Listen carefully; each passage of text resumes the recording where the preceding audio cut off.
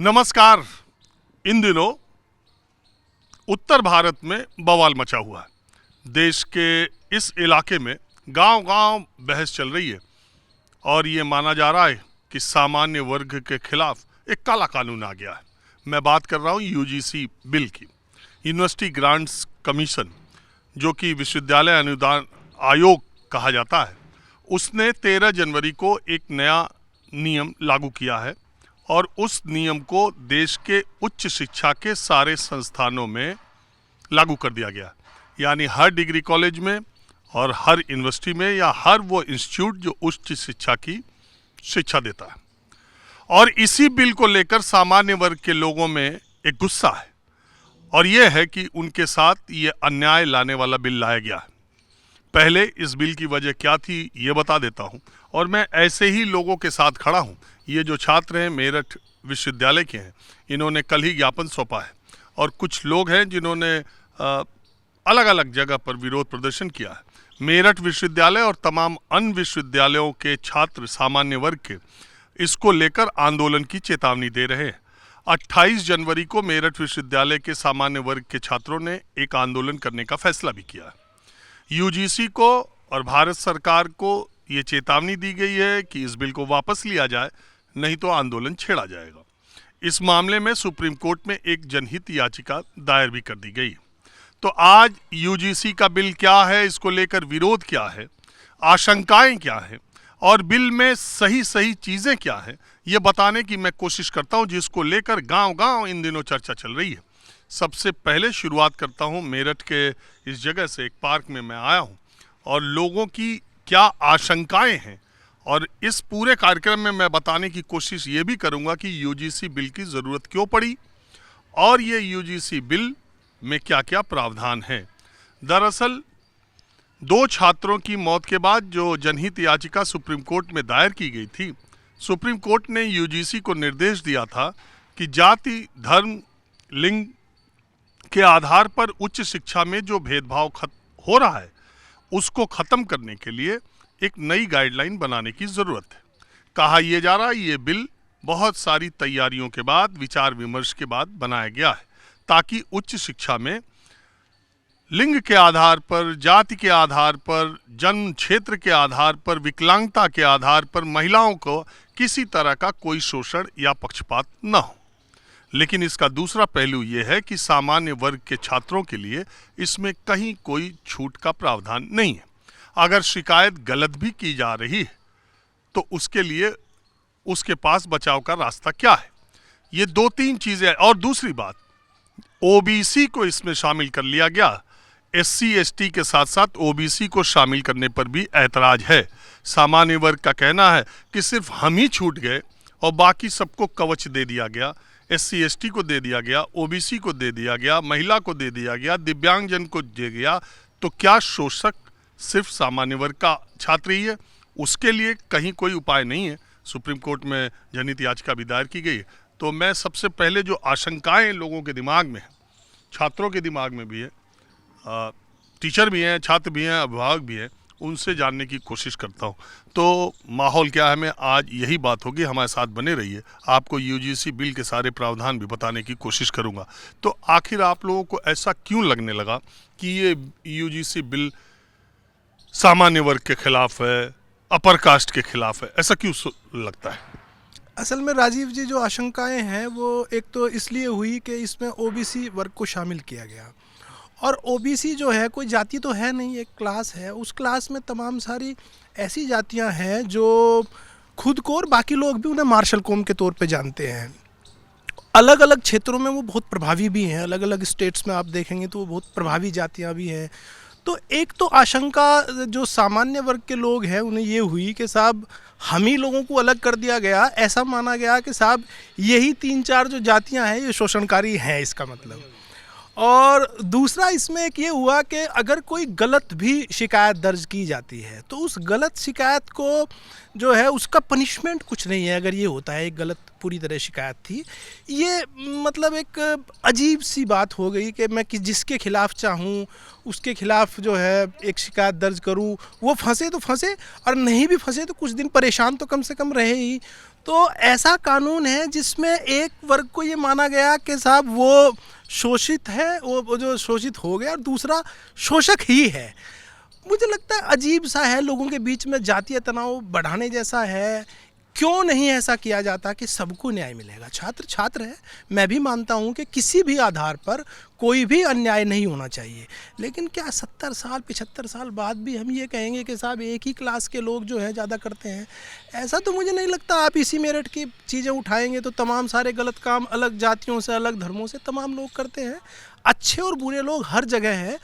तो आशंका केवल ये है कि साहब हम ही लोगों को शोषित जो है ये क्यों मान लिया गया कि ये 3-4 क्लास इसमें शोषण करेंगी। आपकी बात से दो बातें मुझे निकलती हुई दिखाई दे रही है, अगर मैं गलत हूं तो बताइएगा। आपने कहा कि एक ऐतराज है कि इसको ओबीसी को क्यों शामिल किया गया, दूसरा ऐतराज ये है कि शिकायत अगर गलत हो, इंटेंशन अगर गलत हो, तो उसको पेनल्टी या गलत शिकायत करने वालों को सजा का प्रावधान नहीं।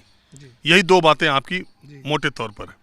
जी बिल्कुल, यही बिल्कुल बात है कि साहब अगर कोई गलत शिकायत करता है, और छात्र आपस में गलत और सही कर सकते हैं, वो किसी भी वर्ग का छात्र है वो गलत सही कर सकता है, बच्चे हैं गलतियां भी कर सकते हैं, तो उन्हें इतना डर होना चाहिए कि कोई झूठी शिकायत किसी के खिलाफ नहीं होगी।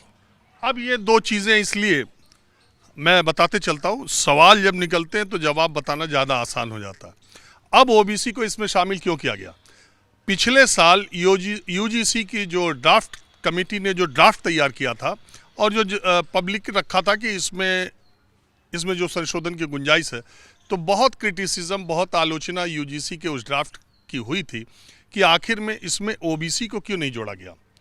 और तमाम बहस के बाद ओबीसी को उसमें जोड़ने का इसलिए फैसला किया गया कि आप शेड्यूल कास्ट, शेड्यूल ट्राइब को इसलिए रखते हैं कि वो शैक्षणिक, सामाजिक स्तर पर पिछड़े हैं, और चूंकि उनको आरक्षण मिलता है, ये मानते हुए कि वो सामाजिक, आर्थिक और शैक्षणिक रूप से पिछड़े हुए हैं, तो ओबीसी भी सामाजिक, शैक्षणिक और आर्थिक रूप से पिछड़े। मैं किन्हीं खास जिन मार्शल कौम की आप बात कर रहे हैं उनकी बात नहीं कर रहा हूँ, मैं पूरे ओबीसी की बात कर रहा हूँ। तो ये माना गया, ये कहा गया ड्राफ्ट कमेटी के उस प्रोविज़न के बाद कि चूंकि एससी एसटी को जिस कैटेगरी से आरक्षण मिलता है, ओबीसी को भी आरक्षण इसी आधार पर मिलता है कि वो सामाजिक, आर्थिक और शैक्षणिक रूप से पिछड़ा हुआ वर्ग है, लिहाजा उसके लिए भी गाइडलाइन होनी चाहिए और उसे भी सेफगार्ड मिलना चाहिए।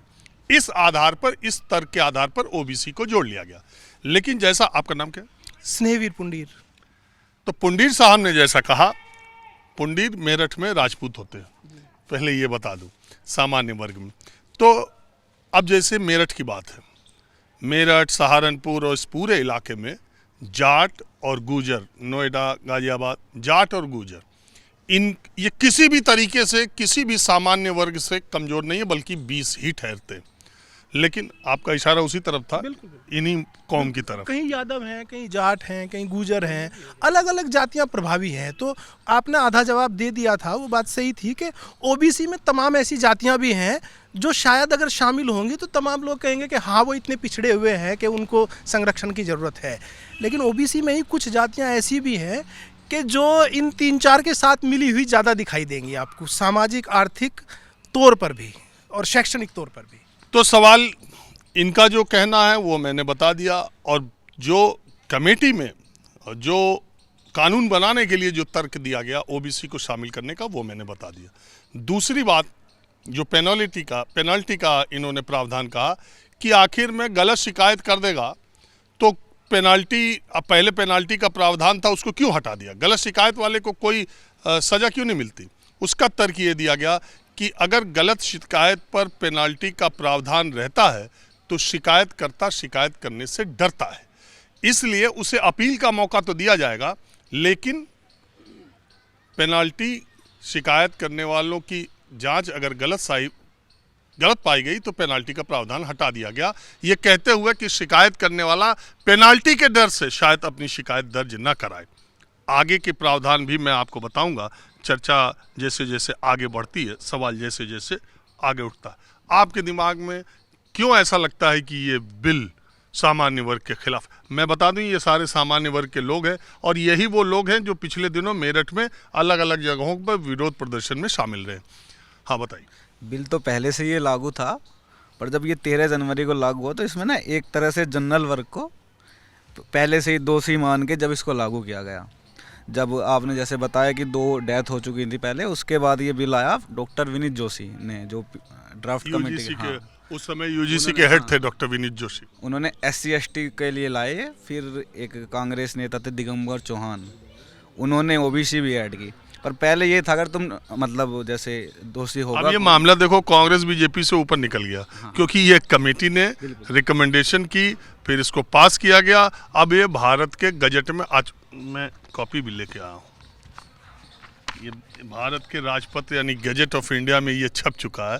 तो अब तो इस बीजेपी कांग्रेस से ऊपर उठ के ये भारत सरकार का राजपत्र हो चुका है। देखिए भारत का राजपत्र, अब उस बहस से अलग हो जाते हैं। हाँ, अभी जब ये बिल आया है तो पहले इसमें ये था कि अगर कोई मतलब ऐसे दोषी मानता है या गलत रिपोर्ट करता है तो उस पर पेनल्टी लगेगी। अब तो अभी हमने चर्चा हाँ की। हाँ, अगर अभी कोई ऐसे होगा तो बिना पेनल्टी के कई बार स्टूडेंट में आपसी विवाद भी होता है। कई बार जैसे भैया ने बताया मार्शल कॉम है, कई आपसी विवाद चलते हैं ये यूनिवर्सिटीज़ में, कॉलेज में, ये नॉर्मल बात है। तो वो तो कई बार गलत फ़ायदा उठा सकते हैं इसका। तो बहुत सारी चीज़ें हैं जैसे मतलब कि वो तो अब ऐसे सब कुछ भी कर सकते हैं जो उनके मन में आएगा। तो इसको लेके थोड़ा, लेकिन जनरल कैटेगरी के छात्र या लोग ये क्यों मानते हैं कि ये सारी जो SC ST OBC, महिला, विकलांग, अल्पसंख्यक, वो जनरल कैटेगरी की ही शिकायत करेंगे? उनके दिमाग में ये क्यों डर है कि वो उन्हीं के खिलाफ शिकायत करेंगे? अरे SC ST वाला OBC के खिलाफ भी शिकायत कर सकता है, महिला OBC के खिलाफ SC ST के खिलाफ कर सकती है, दिव्यांगजन में कोई जाति नहीं बताई गई, किसी जाति का दिव्यांगजन होगा वो SC ST के खिलाफ भी शिकायत कर सकता है। तो जनरल के लोग ही क्यों पहले से मान बैठे हैं कि ये शिकायत मेरे ही खिलाफ होगी?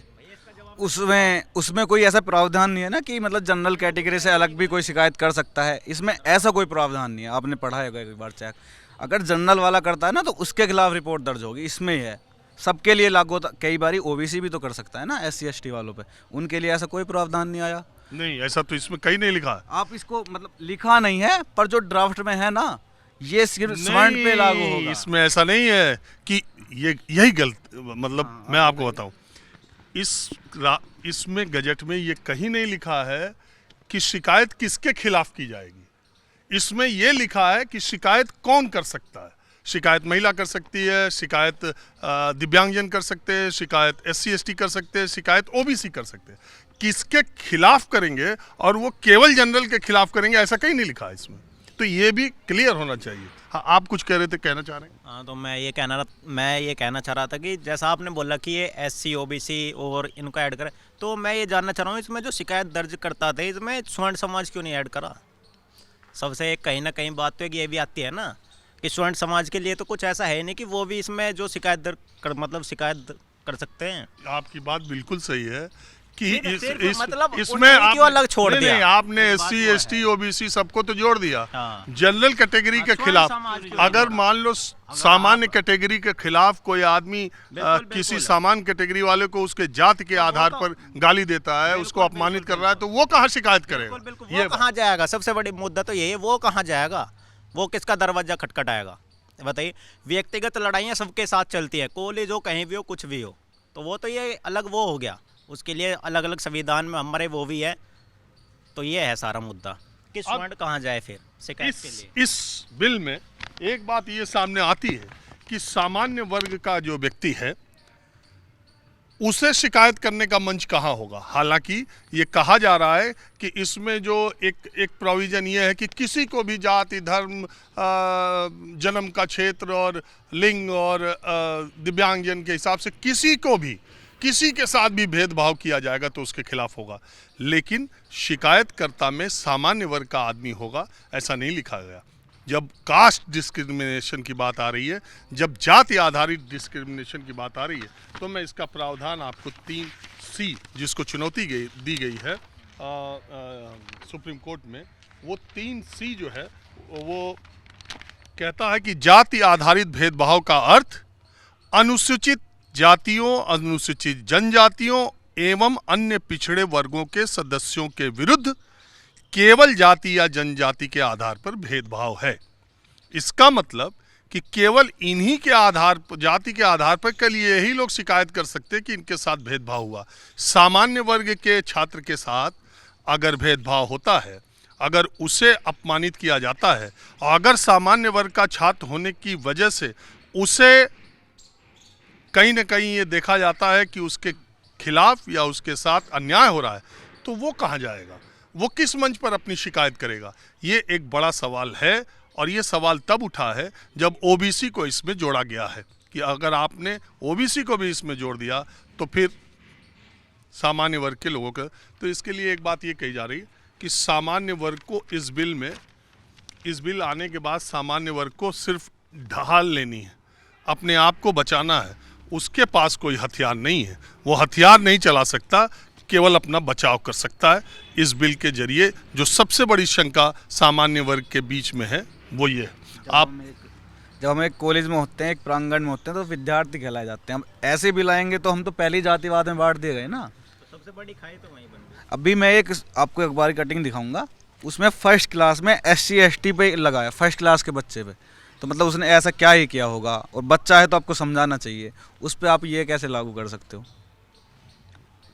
हाँ सर, आप बताएं। देखिए, इसमें कई सारी विसंगतियां हैं अभी तक जो पढ़ने में आया है।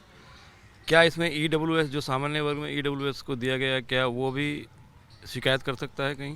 क्योंकि आखिरकार रिजर्वेशन कैटेगरी में तो आएगा 10% लोग। दूसरा, क्या एक OBC का जो अपर OBC क्लास है, मान लीजिए एक जाट है, क्या वो एक नाई के खिलाफ कर सकता है? क्योंकि नाई तो बहुत कमज़ोर है, कुम्हार तो बहुत कमज़ोर है, लेकिन है वो भी OBC। तीसरी बात ये है कि अगर हम देखिए ये बिल जो है इस बात पर खामोश है कि शिकायत किसके खिलाफ की जा सकती है। नहीं, मैं बात सुनिए। ये बिल इस बात पर खामोश है कि शिकायत किसके खिलाफ की जा सकती है। इस बात का जिक्र है कि शिकायत कौन कर सकता है।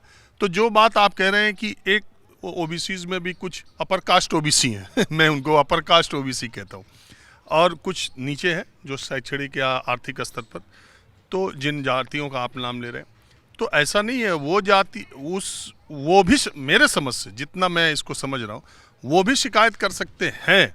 लेकिन सवाल ये है कि ओबीसी का, अगर ओबीसी जातिगत आधार पर भेदभाव करता है तो उसको कैसे लिया जाएगा। और इसमें शिकायत करने वाले का नाम तो है, लेकिन शिकायत किसके खिलाफ की जा सकती है इसके लिए चुप है। क्या SC OBC खिलाफ कर सकता है? प्रश्न वही खड़ा होता है। दूसरी बात क्या है, कॉलेजों में तमाम जातियों के बच्चे पढ़ने आते हैं। कुछ ऐसे इलाकों से आते हैं कि जहाँ वो अन्य जातियों के संपर्क में नहीं रहते, किसी एक खास जाति की वहाँ प्रभुत्व रहता है या बहुलता रहती है। और जब वो कॉलेज में आता है तो वो देखता है, या यूनिवर्सिटी में गया, नॉर्थ ईस्ट के बच्चे हैं, उसे नहीं पता है कि ये किस जाति का है, या कि ये जाति क्या OBC में आती है। मान लीजिए मैं सामान्य वर्ग का बच्चा हूँ, ये मेरा बच्चा है सामान्य वर्ग का, वो पढ़ने जाएगा तो उसको सावधान रहना पड़ेगा। अब उसको लगातार उसको सावधान रहना पड़ेगा। एज ए गार्जियन हम भी उसको कहेंगे कि भाई सावधान रहना, किसी के साथ ऐसा मिसबिहेव मत कर देना, ऐसी जातिगत बात मत कर देना। अब OBC में तो 500-600 जातियाँ हैं, अब वो उनको याद करे कि कौन कौन OBC है, मुझे किस किस से बच के रहना है। SC में 400-500 जातियाँ हैं, किस किस का ध्यान रखे, वो क्या करेगा। दूसरा क्या है, कॉलेजों में, यूनिवर्सिटीज़ में झगड़े होते हैं, या तो भोकाल के लिए होते हैं, या फिर लड़की लड़की का मामला होता है। दो मसले होते हैं सबसे ज़्यादा। या तो लड़की उसकी जाति की है, किसी और जाति के साथ उसका प्रेम प्रसंग चल रहा है, या वो इसी तरह के मामले होते हैं। इन्हीं मामलों को लेकर ज़्यादातर झगड़े होते हैं। तो इन मामलों के जब झगड़े होंगे तो उसमें क्या झूठी शिकायतें नहीं होंगी, और वो भी सामान्य वर्ग के खिलाफ ही होंगी, और तो किसी के खिलाफ हो नहीं सकती हैं।